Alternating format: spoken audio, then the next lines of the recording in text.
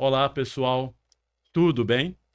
Eu sou o escritor Carlos Araújo, autor do livro O Ódio Solto no Pasto, este romance, um livro de ficção, e esta é mais uma edição do programa de conversas Pense Comigo.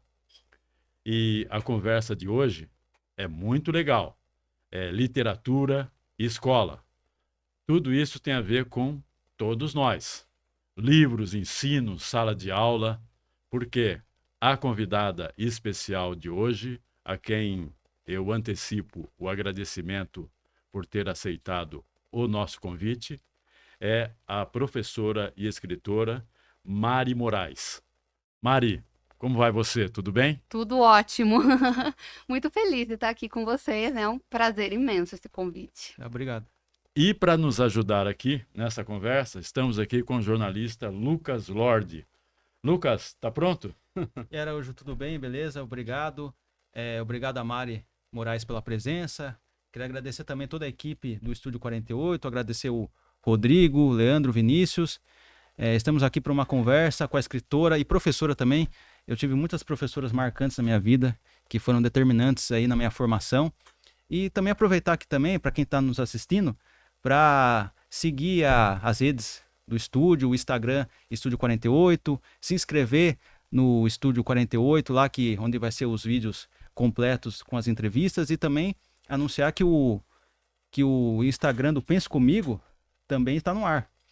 Pense Comigo Podcast é o Instagram, então se inscreve lá, siga lá, dê essa força aí para nós, e hoje a conversa vai ser incrível aqui, né, Araújo?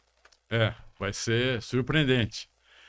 Mari, a gente começa aqui geralmente perguntando para a pessoa, que é uma apresentação, uma forma de apresentar, o eu por eu mesmo ou eu mesma, segundo o convidado ou a convidada. Então, quem é Mari Moraes, assim, onde você nasceu, como é que você desenvolveu os seus primeiros anos de vida, o seu aprendizado tanto escolar quanto humano, né? Quem é Mari Moraes? Pergunta difícil. Eu falo que a gente aprende todos os dias, então até para nós também, né? Nos conhecermos todos os dias, então a gente vai morrer e ainda tá aprendendo, né?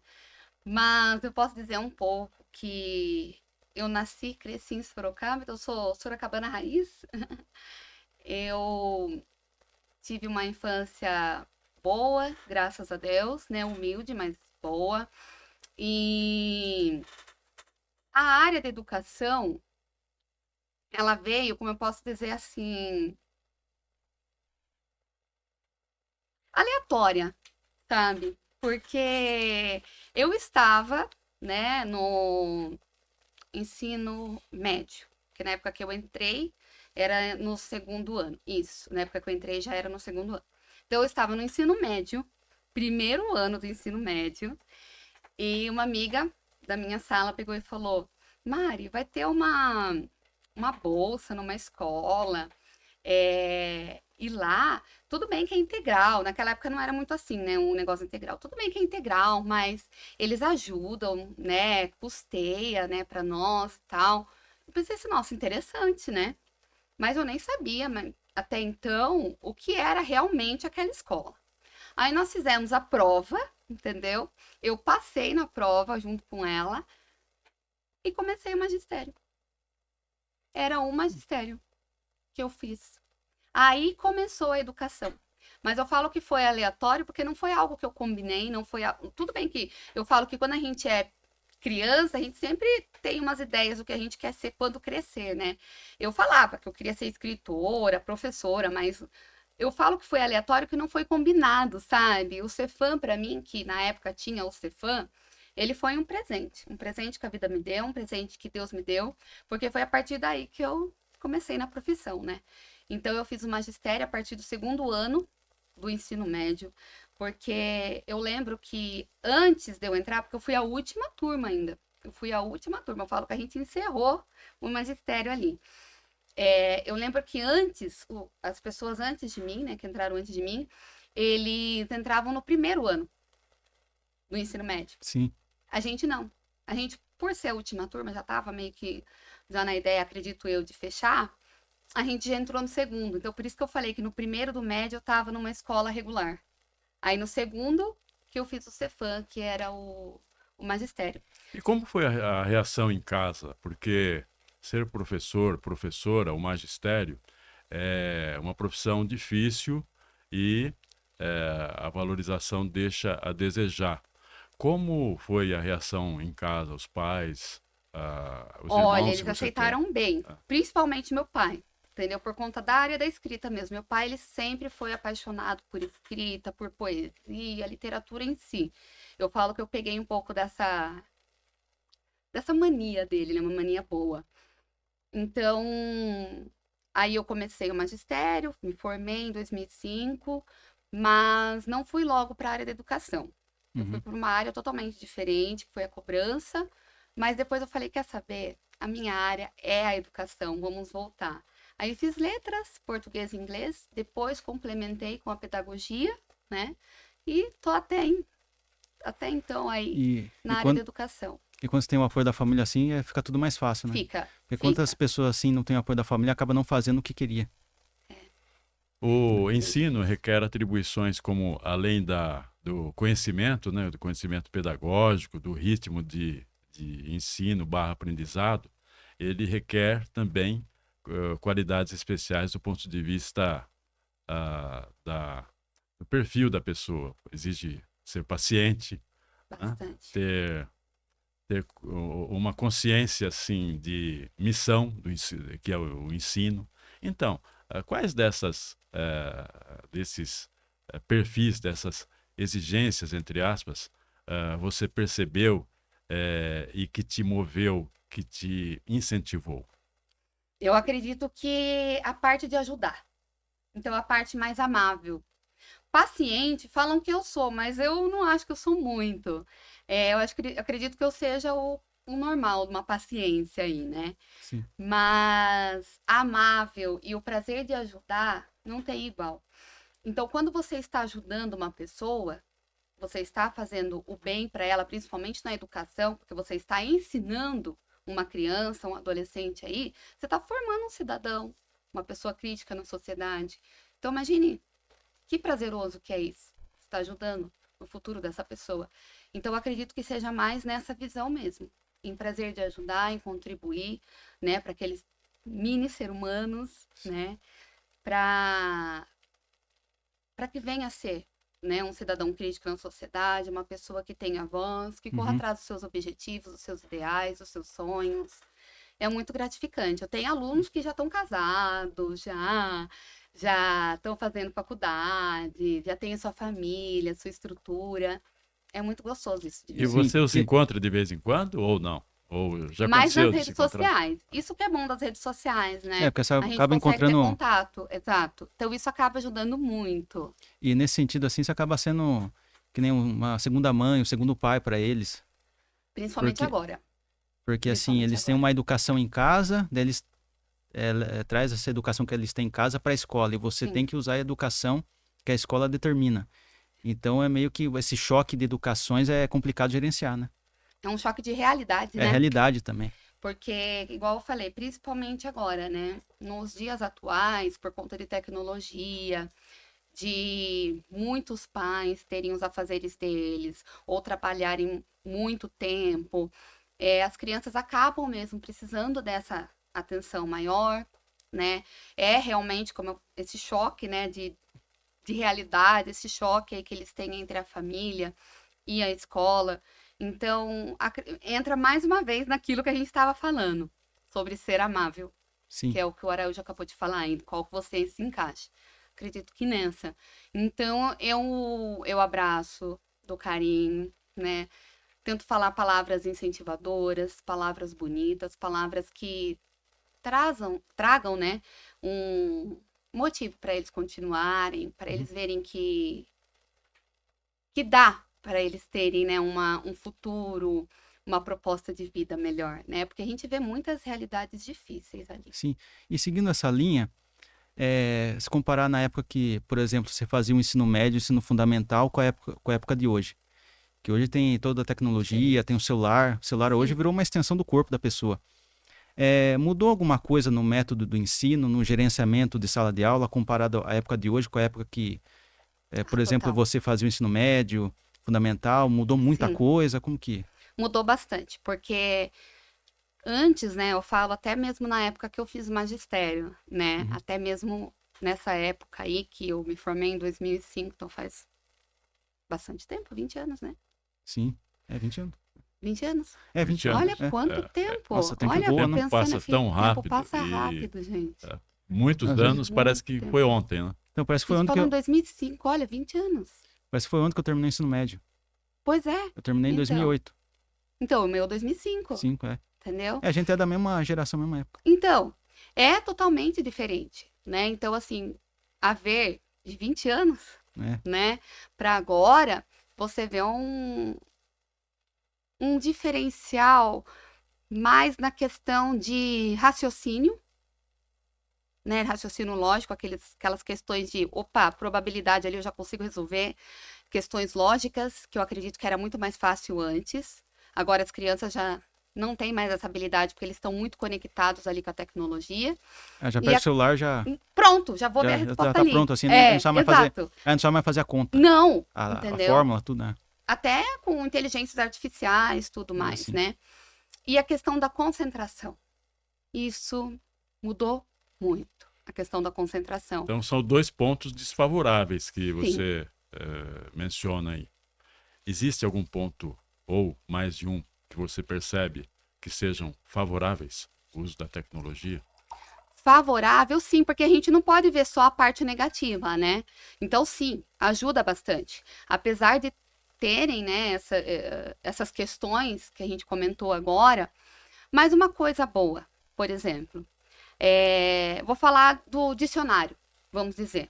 Antes, a criança, para procurar uma palavra, para ver o significado dela e tudo que precisava em questão aquela palavra, significado, substantivo, tudo mais, eles pegavam aquele dicionário desse tamanho aqui, entendeu? Sim. Aurélio. Um Aurélio, entendeu? E Às ficava vezes até procurando, né? outro, Eu e lembro ficava dessa época. procurando, uma coisa extensa. Às vezes a escola não comportava tantos dicionários e tudo mais. Nessa parte ajuda, entendeu? Porque que nem na minha escola lá, a gente tem os tablets, entendeu? Não vou dizer que é uma coisa, nossa, todos funcionam, tudo dá certo, porque nem tudo é perfeito, mas é uma coisa boa. Por exemplo, as crianças agora, se elas precisam procurar, como se escreve determinada palavra, vamos procurar lá no significado do Google, né? E o próprio dicionário online tem para você pesquisar lá no Google quando você procura. Tem todos os significados, tem todas as informações. Então, assim, é muito mais simples, né? Do que você ficar lá com o pacotão do dicionário, entendeu? Às vezes Sim. até numa bolsa, às vezes a pessoa levava tudo, né? Isso é favorável. Outra coisa que é favorável, daí já engloba um pouquinho da parte de literatura, são os e-books. Entendeu? Lógico que a gente tem aquela afeição pelo livro físico, o cheirinho, a capa, pegar na mão, mas com a tecnologia atual, os e-books foram muito favoráveis, até mesmo porque a pessoa pode levar ali no celular, entendeu? Um e-book, um Kindle, entendeu? Então, essas coisas acredito que E vieram ela- para nos sim. favorecer. E ela pode levar a qualquer lugar, né? A qualquer lugar. Tá no ônibus, tá viajando. Sim. Então, tanto na parte da educação, que eu dei apenas um dos milhões de exemplos que tem, né? Eu falei do dicionário, quanto da literatura, né? Que eu passei a questão do e-book. Então, sim, tem coisas que vieram para nos ajudar. Então, você começou citando dois pontos desfavoráveis. E como resolver, então, os pontos desfavoráveis? Ou seja, você acha que tem que ter, ou há condições de quem trabalha, os governos, né, políticas públicas, pensarem em resolver essas questões desfavoráveis? Essa que fica mais complicada, entendeu? Porque daí não depende só de nós, né? Essa é a questão mais difícil. Não só a questão governamental, né? De políticos e tudo mais, mas a questão dos pais, que é algo que mudou, né? Os responsáveis em si, a gente fala pais, mas pode ser vó, avô, tio, enfim. O responsável pela criança. Mudou muito, entendeu? Antigamente a gente até brinca, tem uma charge até que fala, né?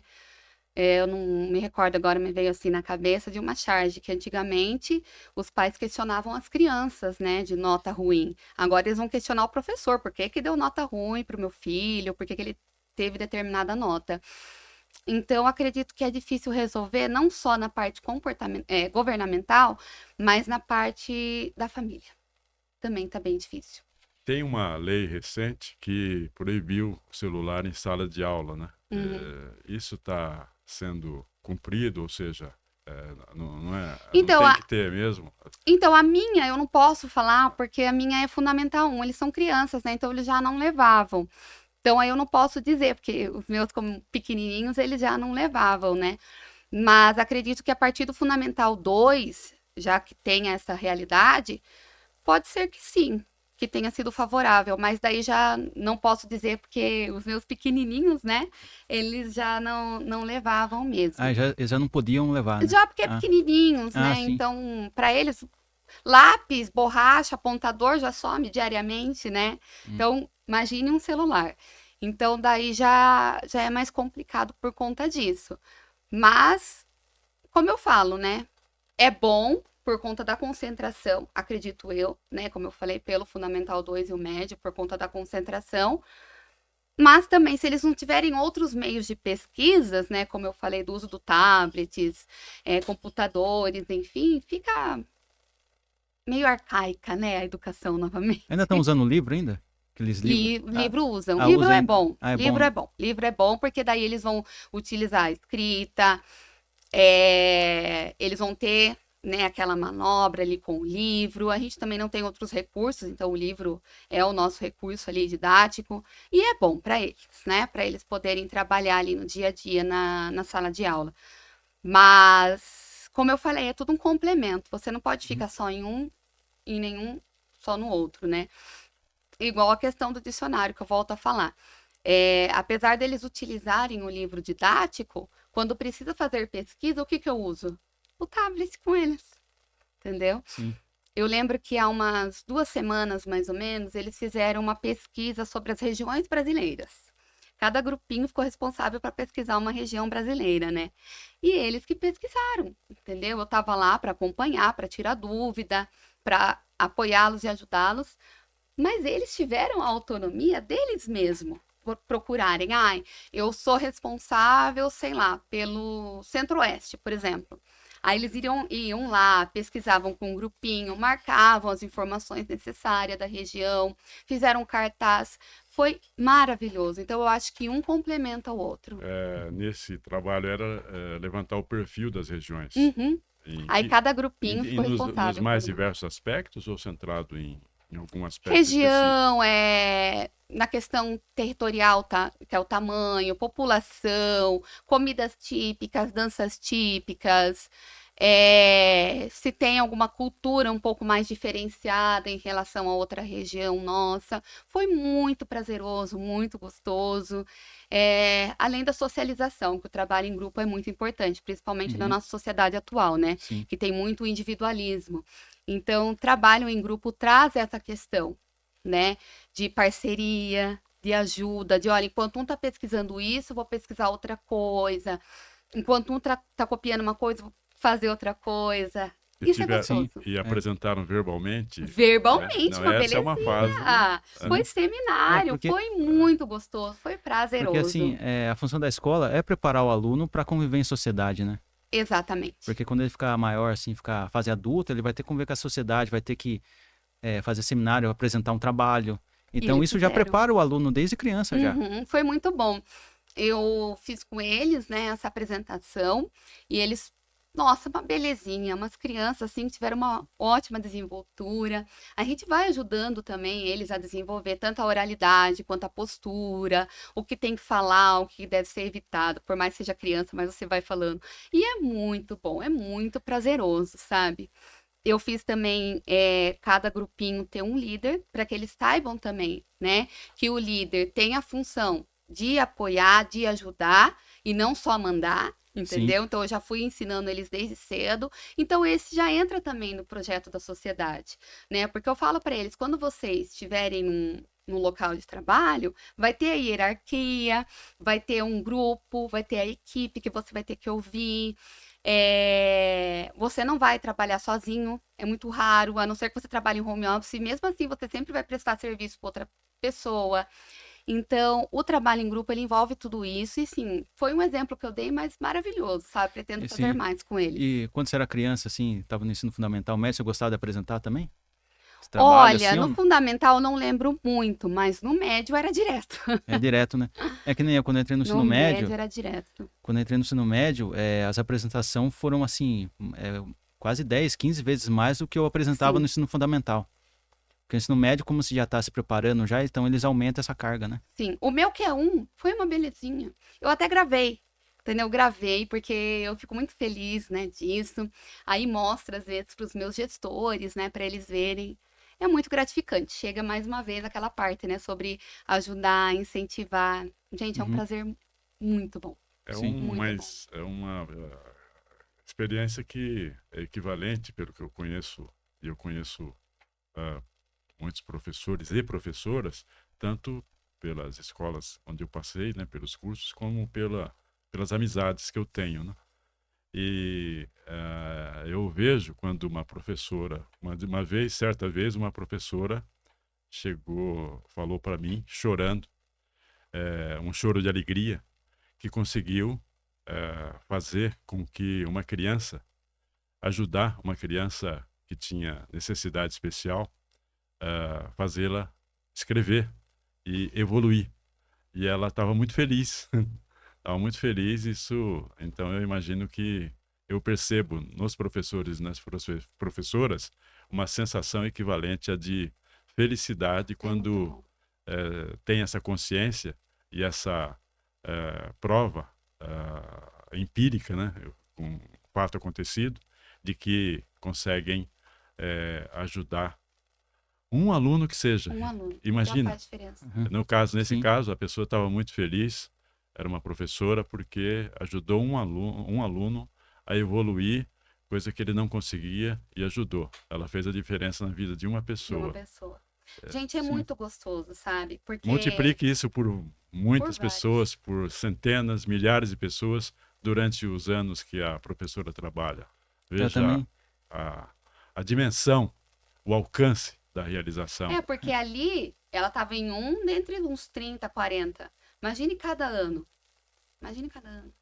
E é muito bom isso, né? A gente vê esse progresso, esses prazeres diários, né, que a gente tem.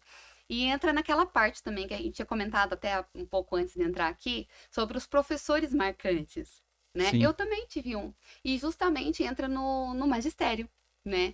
Um professor que eu tinha maravilhoso, gente. Nunca mais tive contato, nem nas redes sociais.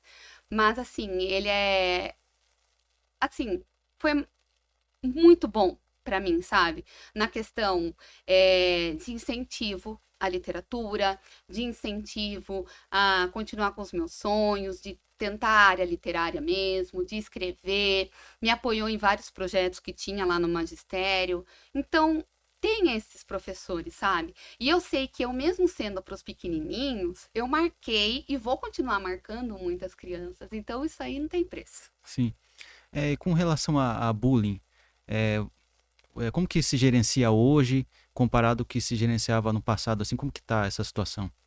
Olha, eu acho que agora a gente tem mais voz, entendeu? Não é que agora porque agora tudo é isso, tudo é aquilo. Não, é que agora a gente tem mais voz. Antigamente era muito mais fechado, às vezes a pessoa sofria sozinha, né? Não Então, tinha onde correr, o que falar. Não. A única coisa é que agora a gente tem mais voz. E é justamente isso que a gente quer, que o cidadão ele seja sim, crítico mesmo, que ele sim, tenha a sua vontade, que ele fale, olha, eu não concordo com isso, eu não acho legal isso, colega, a sua brincadeira foi fora do limite, entendeu? Então, assim, é interessante que eles tenham isso. Então, não é sim, porque agora essa geração tá assim e tudo mais, não. É que antigamente muitos se calaram. Agora não, agora a gente pode falar. Não que seja, nossa, perfeito, que infelizmente tem ainda, né? sim. Continua, acredito que continuará, infelizmente. Mas a gente consegue ter um amplo espaço para poder falar sobre Hoje está isso. bem melhor na situação, porque eu lembro que na minha época, tinha vários assuntos assim que meio que passavam um pano. Era muito fechado, não se falava. Daí hoje, esses assuntos que na minha época não se falava ou passava pano, hoje, se levar esses assuntos à tona, já faz um barulho muito grande. É bom, é bom. Então é isso bom. nesse sentido é bom, né? É bom. É bom porque daí a gente consegue, né? Falar muitas vezes o que a gente está querendo e nunca foi ouvido. Muitas vezes os nossos ancestrais, digamos assim, né? O passado da gente não teve voz e agora essa geração, ela tá tendo. É uma oportunidade, assim, que eu acredito que vale a pena, sim. Então, não, o bullying não é questão de, ai, porque é só agora, porque não pode isso, não pode... Não, é que realmente agora eles têm voz, agora eles podem falar. Não 100%, como eu falei, mas é muito mais do que no passado, né? Ah, sim. Mari, pelo que você falou, a literatura surgiu na sua vida antes de você decidir pelo magistério. Foi. Tanto que você disse que falava mais e queria ser escritora. Foi desde a infância? Como foi Foi. você perceber? Como que aconteceu esse surgimento? Você disse que brincava na época que brigava com bonecas, já tinha esse tipo de Ai, relação, gente, isso é de maravilhoso. contar histórias. Como é que foi esse início, esse despertar para a escrita, para a leitura, visando a literatura, mesmo sendo criança, mesmo sendo que você não tem ainda consciência do que isso pode ser, mas você já tem aquele dom de intimidade com a palavra, com a leitura. Como é que foi esse início? Olha, essa aí é uma parte bem marcante mesmo, né? É bem lembrado do que a gente tinha conversado. Eu falo assim que, como eu falei, eu peguei essa mania, né? Eu puxei meu pai, e é uma mania boa. Ele sempre teve talento. A parte dele era poesia, né? A minha parte era mais da narrativa mesmo, de construir histórias. Eu amava assistir novela desde criança. Então eu via as historinhas da novela e eu queria reproduzir nas minhas bonequinhas, entendeu? Então eu pegava minhas bonecas, fazia personagens com as bonecas, fazia histórias, né? De um personagem aqui, outro ali que se conhece e tudo mais. Então, por mais que eu fosse criança, eu já imaginava, entendeu? Futuramente, sei lá, lógico que criança não vai ter uma ideia 100%, mas coisa ou outra ali que dava para pegar. Entende? Então, assim, marcou muito para mim, porque eu queria ser escritora. Eu falava que eu quero ser escritora. Tanto é que realmente a professora, eu também queria ser, tanto é que eu me formei para isso. Mas se eu pudesse viver da escrita, eu falo, me dá só uma caneta e um papel, eu vivo disso, entendeu? Sim. É que, infelizmente, a gente não é valorizado da forma que deveria, né? A parte da escrita em si, dos escritores no geral. Mas a gente precisa ter uma renda, né? Os Sim, boletos chegam. Mas, graças a Deus que eu tô feliz com a carreira que eu escolhi, né? Que é professora. Mas a escrita, o coraçãozinho bate. Pulsa forte. Total. E você, nessa época, a gente começa a ler também os primeiros autores. Você lembra de autores que você começou a ler A nessa série época? Vagalume. Maravilhoso. Nossa, eu lia bastante também essa série. Maravilhoso. Gente, a Na série escola. Vagalume. Nossa. Aquele lá é um marco, entendeu? Pra nossa época. Foi maravilhoso. Como anos atrás, teve uma série também para gostar de ler, da editora Ática. Olha, não conheço. Para gostar de ler, eram crônicas dos cronistas de destaque nos anos 50, 60, 70. Que legal. Paulo Mendes Campos, Rubem Braga, Carlos Drummond de Andrade, Clarice Lispector, Fernando Sabino. Todos eram crônicas. Cada volume trazia várias crônicas desses autores. E eles estavam também nos livros de língua portuguesa, com trechos de crônicas deles. Para Então, poder até fazer referência, Sim, né? no meu caso, eu tomei conhecimento desses autores a partir desses livros e também dos livros, dos textos que vinham nos livros de língua portuguesa, para a partir desses textos serem feitas as questões de gramática, de linguagem, né, de frases, de interpretação de texto. Então, essas séries de livros eram muito importantes para fazer com que as pessoas, fazer com que os alunos, né, identificassem, despertassem a vontade de ler, né, o hábito da leitura, e que tá muito perdido, né? Esse sim. daqui, por exemplo, o primeiro livro meu que é teórico, ele fala sobre a importância de série de livros, entrando nesse foco. O primeiro, que é Esse aqui. teórico, esse daí aqui. mesmo. Como é que é o nome dele mesmo? Tem É um nome em inglês análise, aqui. ele é grande. Como é que é o nome? Análise temática da série juvenil Pretty Little Liars, aproximação e ensino. Ele fala bastante, ó, de série, tá vendo? Da série juvenil. Então ele fala da importância da série, porque assim, isso fala série de livros, não essa série em si. Porque assim, pode até ser qualquer outro tipo de série que você queira ler, sabe? Ou uma saga também, que é como se fosse uma série, mas você tem uma continuação. Então, por exemplo, eu li o livro 1. Ah, mas eu quero saber o que vai acontecer depois. Eu vou pro livro 2.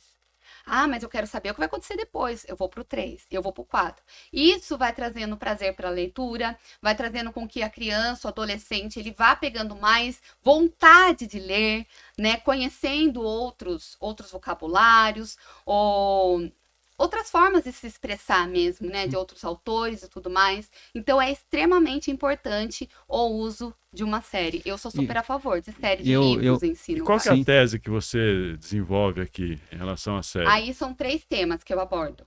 A bulimia, a separação dos pais na adolescência e a homossexualidade. Então, são 3 temas que essa série aborda, Pretty Little Liars. Lembrando que, é interessante falar, já até falar aqui para vocês, é uma série de livros e uma série de televisão. Mas eu não fiz para a série de televisão, fiz referência à série de livros, tá? Porque é bem diferente. A série de televisão, ela não aborda exatamente os temas conforme os livros são abordados, né? A série de livros. E esses temas, eles são muito importantes. Tanto a bulimia, a homossexualidade, a separação dos pais, na adolescência, no caso que eu coloquei aí no meu livro. E eu, como professora, eu quis juntar os dois. Sim, e essa série de livros, eu acho que é importante, assim, para a criança já começar a ter o hábito de ler. Sim, então. De se acostumar a ler, de saber o que ela gosta, porque, assim, é que nem os livros que dão na escola, aqueles livros, assim, que, assim, depois você vai ler, depois que você já leu vários livros, você parece até que é um livro, assim, facinho, um livro de criança, tudo, mas é um livro que a criança tem que ler para já começar a ter o hábito.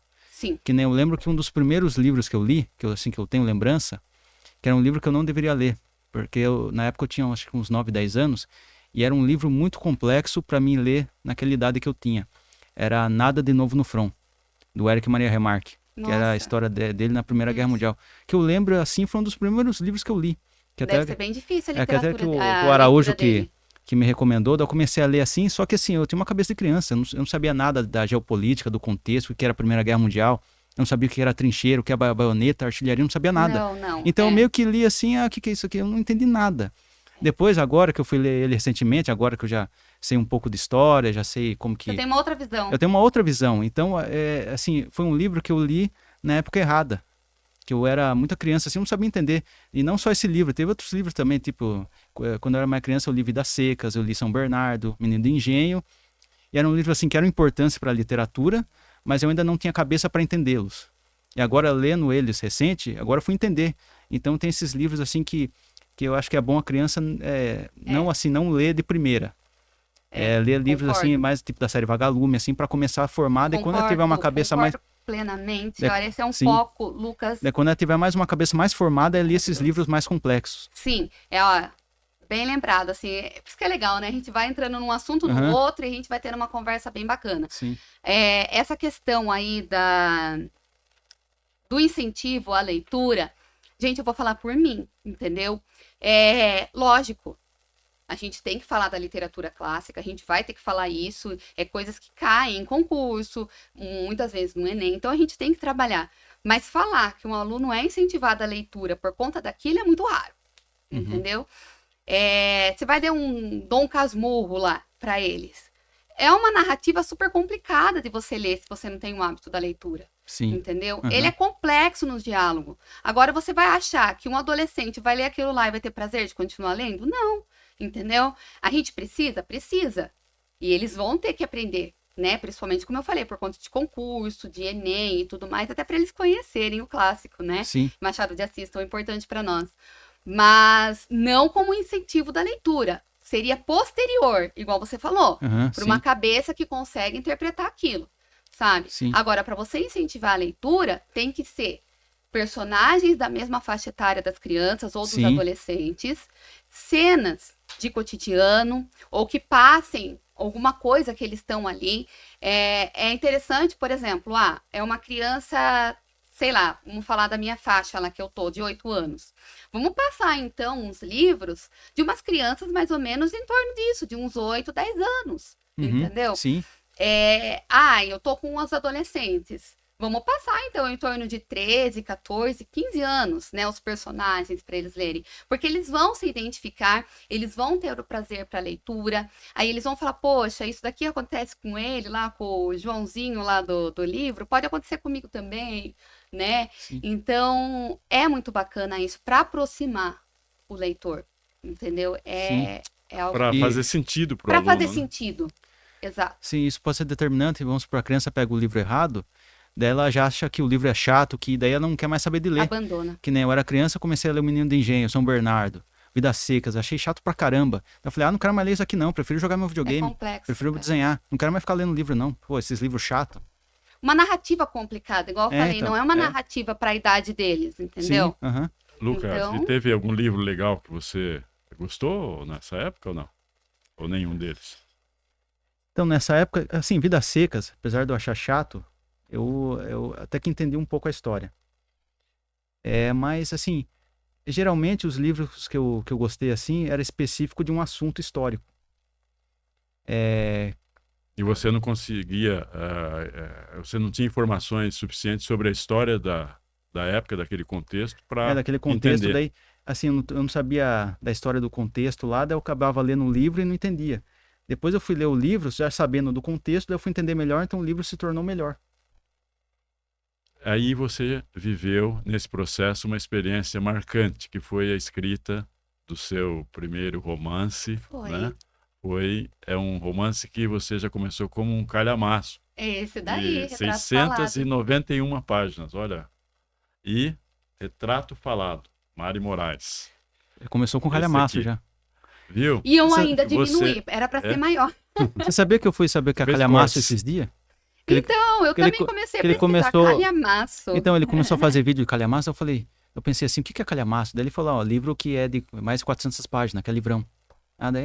O calhamaço é um livrão. É que eu fiz uma série de vídeos falando viva os calhamaços ou sem medo dos calhamaços. E em seguida Boa. nós conhecemos você que estreou com Também um tem calhamaço. calhamaço. Viu? E como foi essa experiência? Porque você começou a escrever esse livro aos 16 anos Foi. e publicou em 2023. Então foram anos de escrita, muitos anos de escrita desse romance. E Não, nesse verdade. tempo, isso pode acontecer de você a desanimar ou pegar. É irregular, né? O tempo de escrita do romance. Assim, você foi escrevendo ao longo desses anos, ou assim, você terminou, tipo, em 5 anos, depois Não, parou? é isso que eu ia falar. Na verdade, Como é que foi isso? é interessante. Na verdade, eu fiz ele em 3. Eu fiz Ah. ele exatamente na época que eu estava no magistério. Exatamente os 3 anos que eu fiquei lá. Então, eu comecei a escrever ele em 2003 e terminei ele em 2005. Entendeu?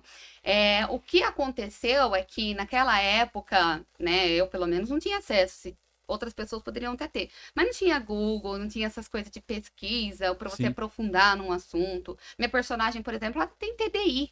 Entendeu? O que é TDI? Tem gente que até agora ainda é uma incógnita, né? E eu fiz isso há mais de 20 anos, entendeu? Então eu falo assim que eu não sei, é minha cabeça de escritora mesmo, que como que surgiu o TDI, né? O que é TDI? Transtorno de disfunção. Transtorno dissociativo de Ah, identidade. sim. E a minha personagem, até eu tive que mudar muito o vocabulário, justamente pela época, né? Porque eu escrevia como dupla personalidade. Hoje já não pode mais falar. Porque depois de dupla personalidade, mudou para múltiplas personalidades. E agora nem se pode mais falar personalidade. Que personalidade é uma coisa, identidade é outra. Agora fala que é bipolar, né, também. Não, bipolar é outra coisa outra coisa. também. Ah, tá. Então, o TDI, ele é uma identidade, né? Transtorno dissociativo de identidade. Identidade é uma coisa, personalidade é outra. Uhum. Mas, na época, eu, né, coloquei lá dupla personalidade, que uma tinha uma personalidade, outra tinha outra. E aí, eu tive até que colocar agora atualizado como TDI. Então, muitas das coisas eu tive que reformular. O vocabulário, coisas que às vezes eu escrevi quando eu era adolescente, de 2003, né?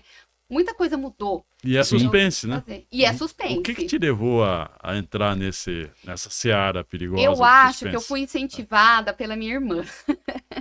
Eu, desde pititica lá, gente, acho que 5, 6 aninhos, ela me colocava pra assistir filme de terror e suspense, daqueles terrorzão mesmo, né? Eu acho que eu fui motivada a isso, porque não tem outra explicação. Tanto é que a minha personagem é uma psicopata, né? Não tem amor nenhum ali, não tem emoção nenhuma. Então, uma delas, né, que tem várias ali, mas a principal, ela é psicopata. Sem dar spoiler, o que você pode adiantar dela? O que que ela faz? Assim, é difícil às vezes a gente falar sem dar spoiler, mas o que que você pode falar? O que que ela faz Então, não de sei ruim? também, como eu falei, como surgiu essas personagens na minha cabeça há mais de 20 anos, né? Mas são duas identidades no mesmo corpo. Então, nós temos a Sara e a Samara. A Samara, ela surgiu por conta de um trauma muito grande que a Sara teve, né? Ela sempre foi muito quieta, tímida, e depois ela tem um trauma muito grande na vida dela. 2 perdas, né, que o livro conta aí, que foram bem próximas uma da outra, e surgiu a Samara. E elas se manifestam simultaneamente ou em um período ela é uma e o outro São período ela é separadas. outra? Separadamente, é um período uma, um período outro, as duas nunca ficam juntas. Então você falando disso me fez lembrar de um filme que é o filme da minha vida, Clube da Luta. Já assistiu já? Não, ele tem isso? Tem TDI? isso. Então ele é 2 personalidades, só que assim, uma não sabe que ele vê a outra personalidade, só que não sabe que é assim, que é ele mesmo. Assim, tô dando um maior spoiler do filme também, mas Então, é legal, porque tem um filme também que é um rapaz, né, de 24 identidades. que Falava quem faz 24 personalidades, né? Era um serial killer. esqueci Eu o nome do esqueci o filme. nome dele. É Fugiu. Mostoval, Mostoval, uma coisa assim. Eu não me lembro. Mas quem tá assistindo aí, comenta depois aí pra nós. Até legal, ó, pra vocês comentarem. Então, esse filme tá na Netflix, eu esqueci o nome do filme. É Fragmentado. Fragmentado, isso. Mas tem um documentário que fala do serial killer mesmo, sabe? Ah, sim. Do próprio. Agora eu não me lembro, mas comentem que vai ser legal. Você falou Pra que gente gosta falar. de novelas, também eu lembrei de um filme em que uma novela em que a personagem ela é três personalidades. É uma novela muito famosa do início da década de 70, chamada Irmãos Coragem.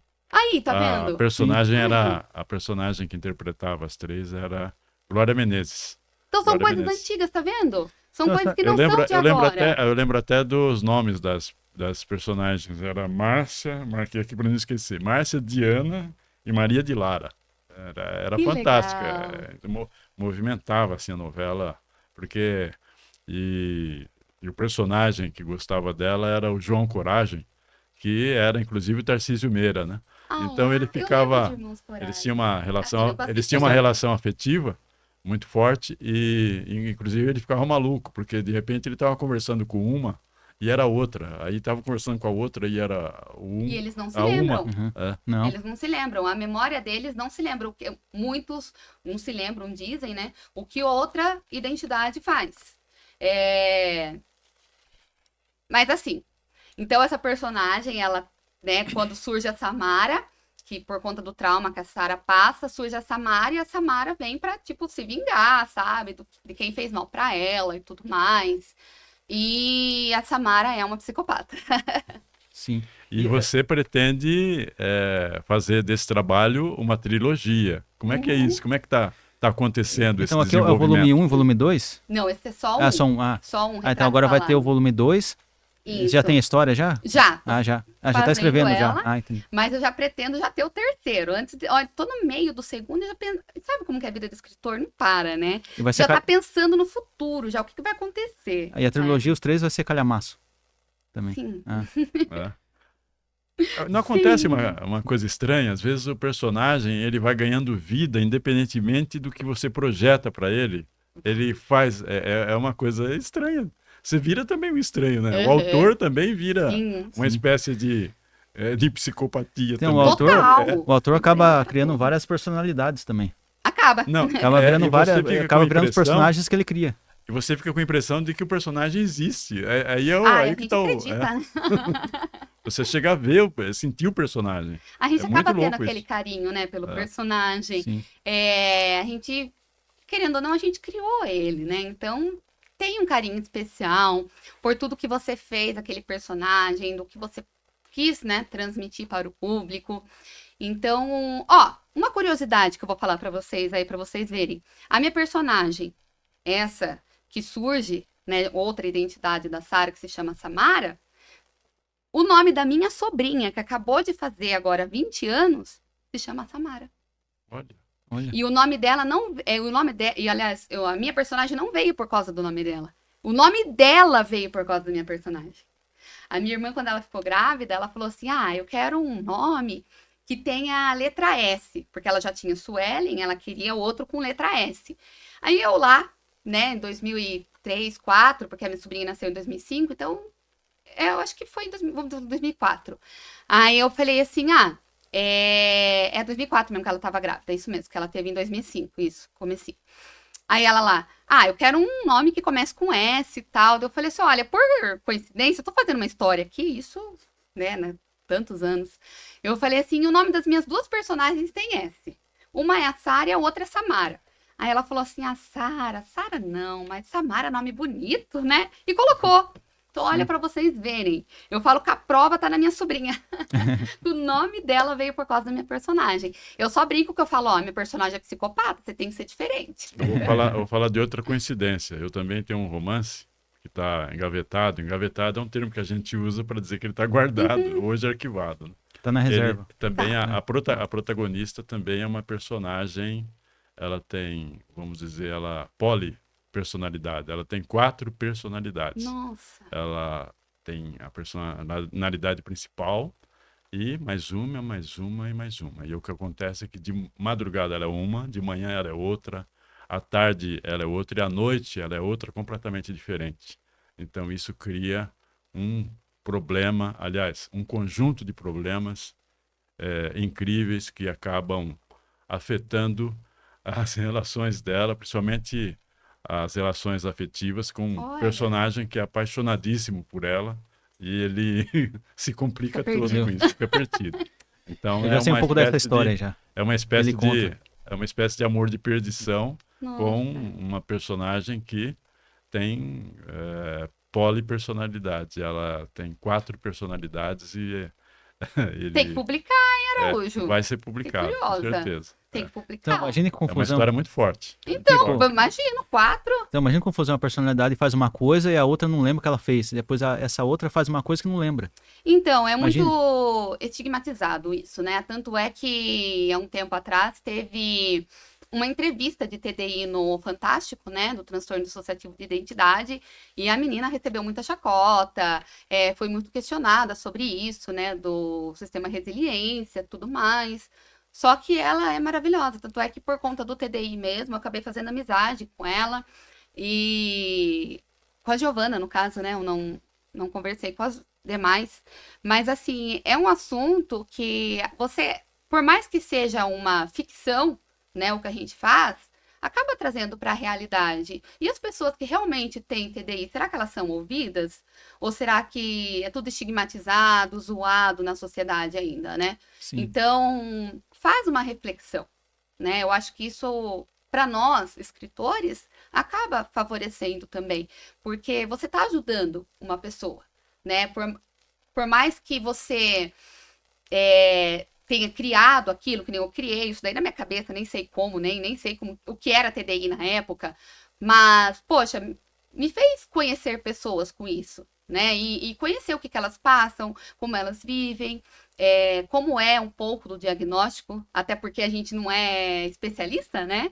Então a gente vê relatos e o que as pessoas passam, né? Então também acaba sendo uma forma de prazer, né? Uma forma de você ver que você tá mudando um pouco ali o mundo, por mais que seja uma ficção, ou, sua personagem é uma psicopata, tá, mas por que ela chegou nesse ponto, né? E por que surgiu essa identidade depois do trauma severo que a Sarah passou? Então, tudo tem uma ligação, sabe? Então, acaba sendo legal isso. Existe, infelizmente, e assim, lamentavelmente, existe inclusive uma ligação real, né? Essas psicopatias, esses horrores que Sim. a ficção apresenta, ele tem pé na realidade. Você é frequente, repito, lamentavelmente, a ocorrência de tragédias que causam uma comoção individual e coletiva Sim. dramática, né? Sim. Tivemos esse caso é Débora o nome da moça, né? Não, qual? A moça de uma cidade da Grande São Paulo que foi assassinada e teve Vitória. repercussão. Vitória? É, o nome Vitória. dela? O caso Vitória mesmo. Uhum. Então, e como ela, de vez em quando você vê no noticiário notícias e muitas envolvendo mulheres, mas homens também. E então essa psicopatia que a gente vê na ficção, infelizmente, ela tem ligação com a realidade também. Talvez esteja aí um dos pontos de interesse da leitura de suspense. Sim, sim, realmente. A identificação. Isso, porque você acaba identificando com a realidade, por mais que infelizmente seja uma realidade ruim, né? Mas você acaba vendo, poxa, isso pode acontecer. É igual a questão do TDI. E uma questão não só da personagem ser psicopata. Mas você já viu como que é uma pessoa com TDI, né? Transtorno dissociativo de identidade? Você sabia disso e tudo mais? Então você acaba trazendo essa reflexão, né? Igual eu falei pra vocês, né? Que eu comecei a ter esse contato com a Giovana, gostei muito, né? E jamais que eu imaginei que um dia eu ia conhecer alguém que realmente tivesse um transtorno dissociativo de identidade. Até hoje, né, ela é bem estigmatizada e tudo mais na internet, mas... Tipo, a pessoa já vê assim, tem TDI, é psicopata. Tem esse preconceito também, né? Tem também. Ou que é mentira. Como que você pode, uma hora você falar que é, sei lá, a Maria e na outra você fala que é a Joana. E ainda não lembra dela. E não lembrar. Da então, pessoa assim, fica meio, será que é verdade? Tem esse preconceito, realmente, sabe? Então, é complicado para você trabalhar nesse tema. Sim. Antes que a gente termine, e sem eu esquecer de perguntar isso, onde pode, essa informação é importante, onde pode encontrar o seu livro? Então, Retrato o meu Falado. livro, Retrato Falado, ele tem na Amazon e tem das duas formas, tá? Para e-book e físico. E na Wiclap, que foi a editora que eu fiz, né? Que é uma editora independente. A Wiclap, daí você consegue o físico. Você também começou, você integra uma roda de conversa na Biblioteca Municipal, que tem a participação de 4 escritores, entre eles você, Juliette Vasconcelos, a outra moça, como é que é o nome dela? Ela vai começar com a gente, é a Jéssica, exatamente, né? Jéssica. Eu também estou lá. Então, como é que você está vendo a sua expectativa dessa conversa? Ela vai ter a próxima edição, dia 24 de abril, na prefeitura, na Biblioteca Municipal, às 14 horas. Essa conversa vai ser toda a última quinta do mês, né? Toda a última quinta. Sim. Até junho, se não me engano, ou julho. Depois a gente confirma, tá? Mas é isso. Na Biblioteca Municipal, às 14 horas, a última quinta do mês. E qual a sua expectativa dessa conversa? De que os leitores apareçam, contem suas experiências com... Sim, porque a gente entende, né, que é um horário mais difícil, porque a maioria das pessoas ou trabalha ou tem outros compromissos, né? Mas para quem puder, é maravilhoso, né? Eu estou com os 2 maravilhosos aqui também, né, lá na biblioteca. Então, é um prazer muito grande, é uma troca de ideias, uma troca de informações, troca de experiências, um aprendizado muito gratificante, muito gratificante. Cada oficina, cada roda de conversa ajuda. Ajuda não só para nós, né, que aprendemos com eles, eles também aprendem com a gente, mas para todos que possam acompanhar, né, que agora a gente vai tentar fazer também até online, né, para que os outros também possam acompanhar essa roda de conversa nossa. A literatura, tendo em vista que ela é vasta, tendo em vista a diversidade da literatura e também a importância dela para a formação do lado humano das pessoas, você não acha que ela deveria ser uma disciplina independente nos ensinos fundamental 1 e 2, porque Deveria. ela está vinculada à língua portuguesa, só que a língua portuguesa é muito vasta também. Então, o que acaba se vendo de literatura é muito pouco, muito restrito. Você não acha também que a literatura deveria ocupar um lugar Total, especial nesse sentido? É, total. só complementando, que nem a literatura, eu só fui ter ela no primeiro ano do ensino médio, a partir do primeiro ano do ensino médio, porque no fundamental eu não tive professores assim que falassem da literatura. Daí no ensino médio eu tive um professor lá que gostava muito de literatura, então as aulas dele assim era 60, 70% ele falava de literatura e o restante falava sobre a gramática, sobre o português. Inclusive o nome dele é Alvarenga. Muito bom. Já tive Vocês aula com conhecem? ele. Então Tive só aula com ele no Politécnico. eu também, você estudou lá também no Politécnico? Estudei, eu fiz um. Mas foi pouco tempo. Eu Isso. comecei a fazer um curso técnico lá de secretariado e ele foi meu professor Ah, é? maravilhoso. Eu fiz no ensino médio no Politécnico. Ele foi um professor. Então, Foi um professor de português. inclusive ele foi um dos homenageados já da Flaus. Sim, ó, inclusive, Foi. se você estiver assistindo aqui, um abraço pro Alvarenga, um Sim. salve pra ele aí. Ó, um grande professor. Maravilhoso. O cara Verdade, sabe, é assim, sensacional. de literatura, o cara entende Foi muito. até homenageado, igual eu falei, né? Ele foi um Aham. dos homenageados na Flaus. Agora eu não me Sim. lembro qual delas. Se foi em 2019. Acho que foi 2019, né? Sim. Não me engano. A Flaus que você citou é a Feira de Livros de Autores Sorocabanos. E como você se integrou a ela? Também é importante. É importante vitrine, falar da né? Flaus. A Flaus é maravilhoso, não só para sorocabanos, mas para quem está na região, para celebrar, né, os escritores, principalmente os independentes, que não são ouvidos, Uhum, né? sim. Então, a Flaus, ela entrou na minha vida por conta do Carlos, né? Eu trabalhei com ele, tive a honra de trabalhar com ele lá em Carlos Porto Carvalho Feliz. Cavalheiro. Exato! Exato.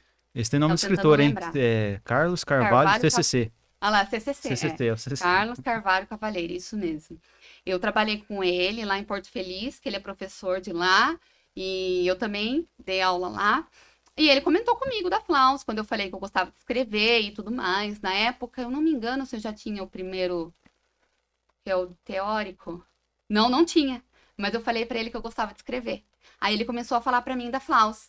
Então, foi por conta disso, de Porto Feliz. Nós chegamos ao limite do tempo, então eu aproveito este momento para que você faça as suas despedidas, o que você achou da conversa e suas despedidas, inclusive para a audiência. Bom, eu agradeço imensamente vocês, essa equipe maravilhosa aí, que eu tive o prazer de conhecer também. E vocês que estão nos assistindo também.